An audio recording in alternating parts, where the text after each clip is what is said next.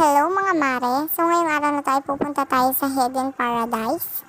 Kasi dun namin gaganapin yung aming year-end Christmas party. So sinama lang pala ako actually ng mga ALS teachers.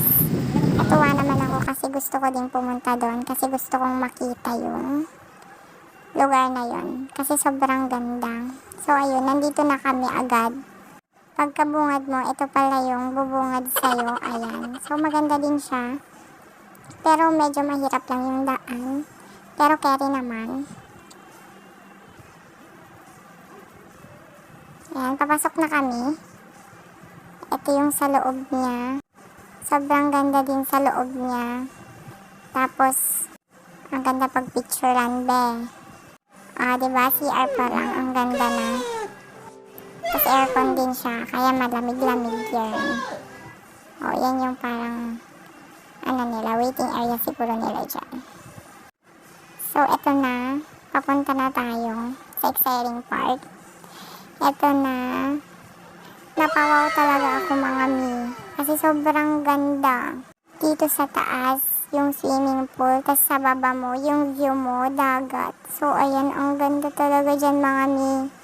Hindi ako makaget over sa ganda niya. Sobrang init nga lang. Kasi ang init talaga. Pero ang ganda. Kita niyo yan? Ang ganda din ng pool nila. Sobrang linis tignan. Sobrang nakaka-refresh.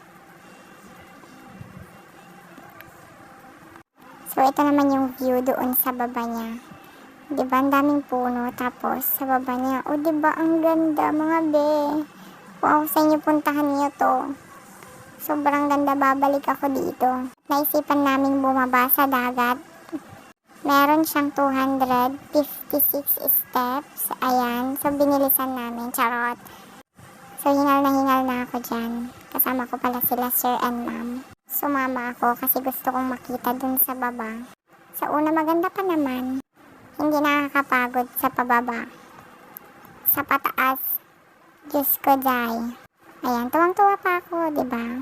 Wala pa tayo sa paghihirap. Pero totoo, sobrang ganda dyan. So, ayan, malapit-lapit na tayo sa katotohanan. Makikita na natin yung dagat.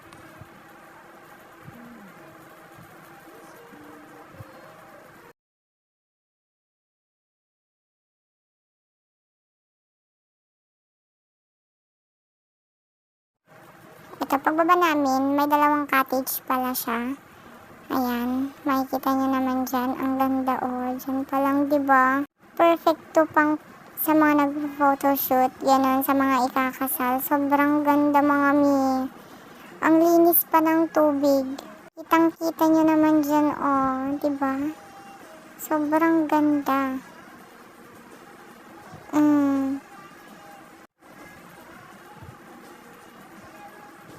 Gusto mong magmuni-muni, pumunta ka dyan, be.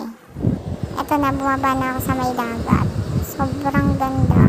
Ang daming mga bato, pero ang ganda talaga. Hindi ako So, ayun, hindi ko na na-video na umaakyat kami, pero ayan kitang-kita naman yung sobrang pagod ko. Tapos, ito pala yung mga view. Diba, ang ganda. Ito pala yung mga kasama kong mga ALS teachers. Thank you, mga ma'am, sir. Diba, nag-selfie na lang ako. Tapos, nagpa-picture din ako, syempre. Sa ito yung dagat. Diba, ang ganda.